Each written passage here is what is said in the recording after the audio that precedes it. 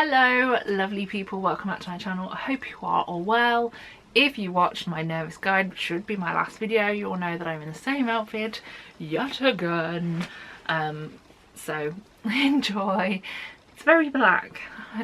It's not my favourite outfit anyway. Anyway, today we're here to do the review for Friends the Musical Parody.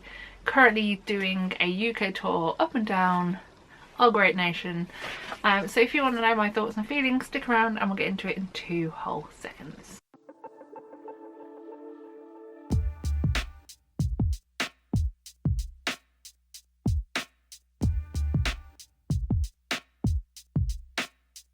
So we are back.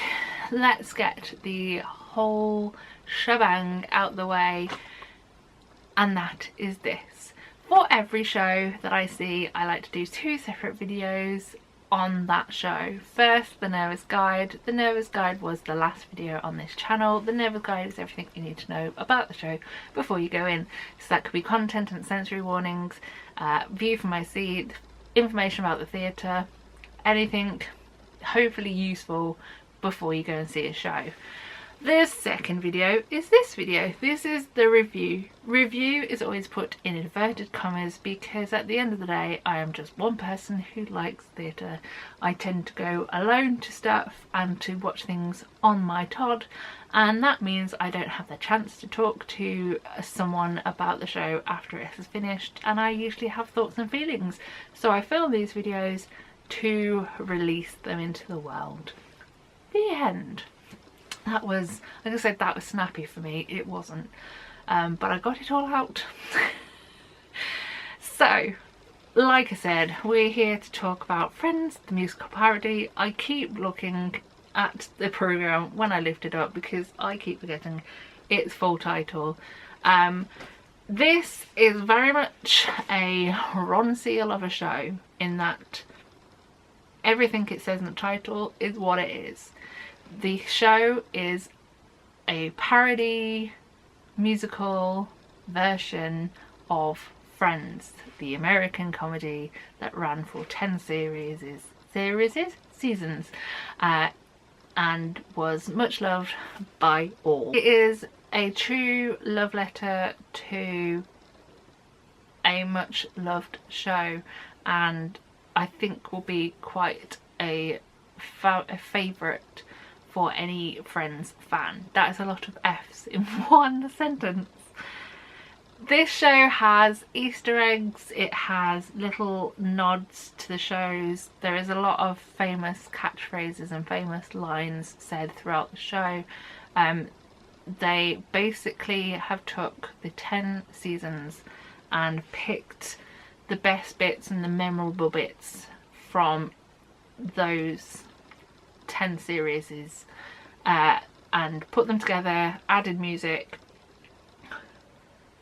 Even the chick and the duck get their time to shine. I will talk about them more shortly. The book and lyrics for this show have been written by Bob and Toby McSmith. Hopefully I'm pronouncing that correctly. The music has been composed by Asif Gleisner. I quite enjoyed the songs. They are catchy, they are funny at times. They're not like memorable, but you will kind of leave slightly humming a few. One of my favourites was OMG It's Janice, and that is actually used a little bit in the bows towards the end, so you kind of listen to it twice, and I enjoyed it. Like I said, one of my other favourites was the Chick and the Duck song, which I think was just called Chicken Duck or Chicken the Duck. Chicken Duck, which also happens in Act 2. I just found them really amusing and enjoyable, and yeah, I have no problems. The show also has choreography by Miles Brown. The direction of this show has been done by Michael Guingal. hopefully, again, pronounce that right. I'm probably not, I'm probably butchering. Choreography was fun, it worked well with the parody-esque nature of some of the songs. It just, yeah, it was fun, it was easy to watch. I'm not a dance expert, I just enjoyed it. Other nods that I wanted to give to the creative side included the costume and the wham, or the wigs and makeup, which were done respectively by Jenny Quirk and Craig Forrest Thomas. I loved the way that they kind of pinpointed and selected some elite, memorable costumes and outfits through the time that the show ran. It just felt very much like they tried really hard to make it gel and make it look like the characters that they were portraying. I know for a fact through watching social media and such that definitely for Monica and Rachel, they use the same lipstick combo that the actors of Friends, being Courtney Cox and Jennifer Aniston, used throughout the show. The haircuts and the hairstyles for most of the characters are relatively similar to the show itself, especially the girls. Phoebe, Monica, Rachel had the elite, memorable hairstyles, which I enjoyed. And I also quite enjoyed the set design, which has been done by Andrew Exeter. Andrew is actually in charge of set and lighting design.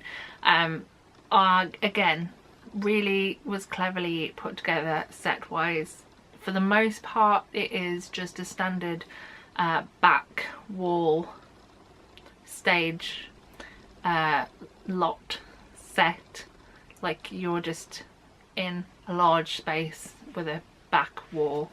There are movable parts. Some of the rooms come from the back and are turned around. There is a bathroom, kitchen set and such, and just gets spun around and plonked in position when it needs to.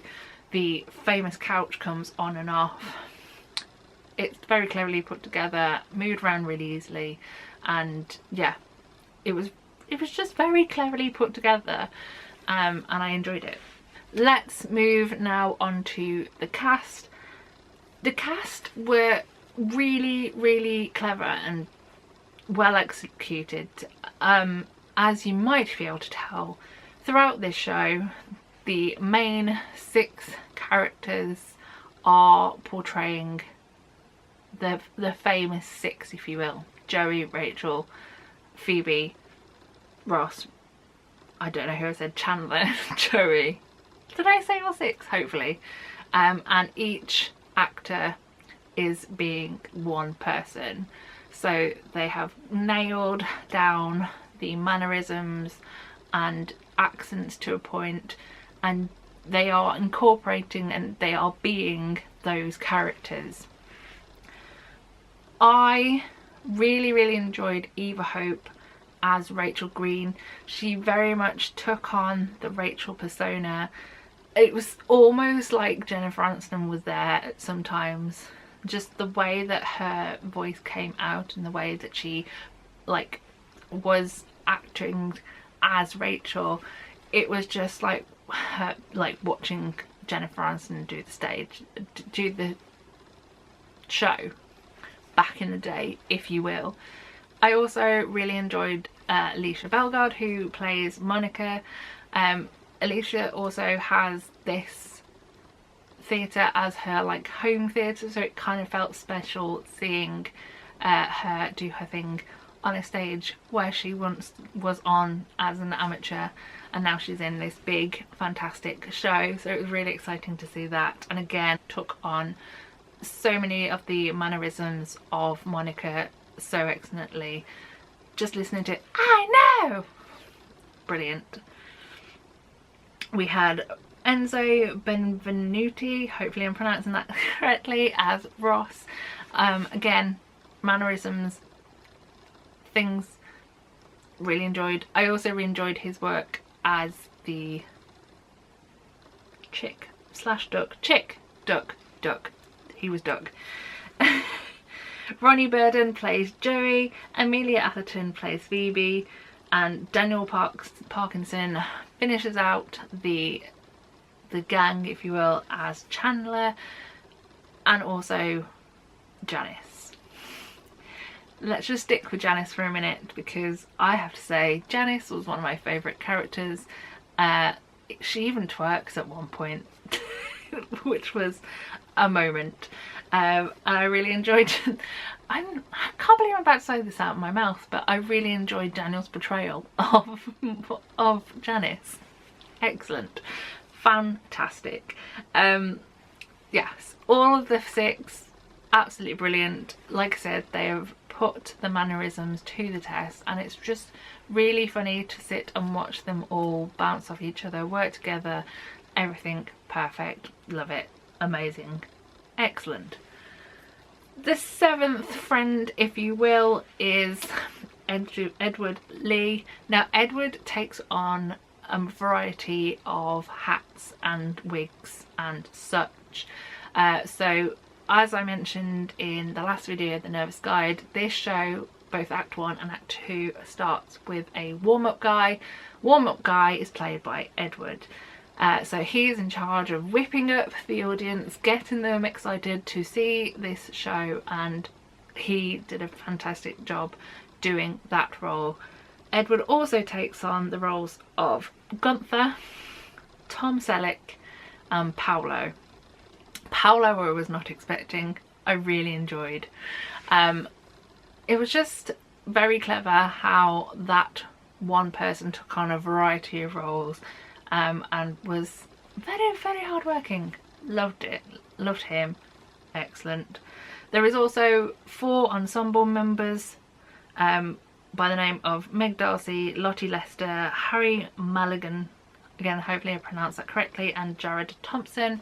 They are mostly like towards the back of the scene, acting, don't really get any time to shine, which is a shame.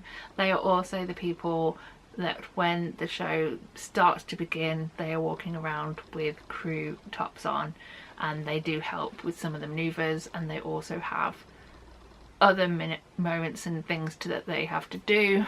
But like I said, they're not really, as ensemble members, particularly large speaking parts, which is a shame.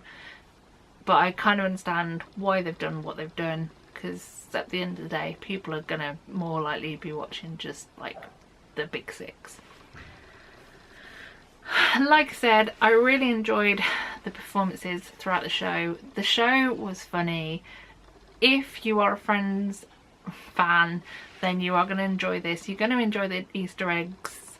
There are some times that they kind of mention people and characters, and they're like, oh, I've got a date with Hank Azaria, or I've got a date with such and such, and they kind of nod to the fact that throughout the show's run there was a multitude of famous people and famous actors and other famous things.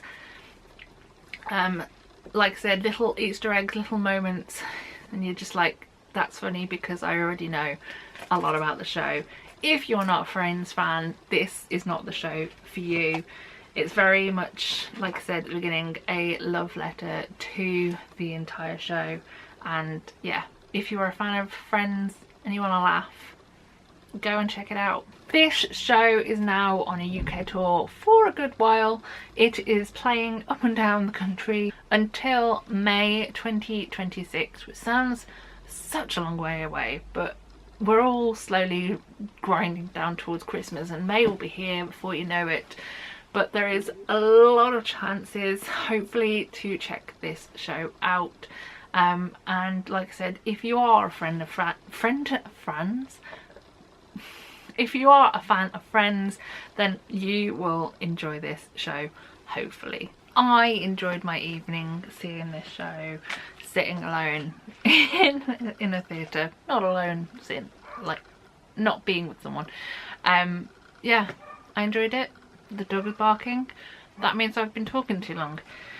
So all that's left to say is the usual. Thank you very much for watching this video. Hope you enjoyed it. Congratulations if you've got to the end. As always, the last thing to say is what we always say, which is so long, farewell, auf Wiedersehen and goodbye. Bye.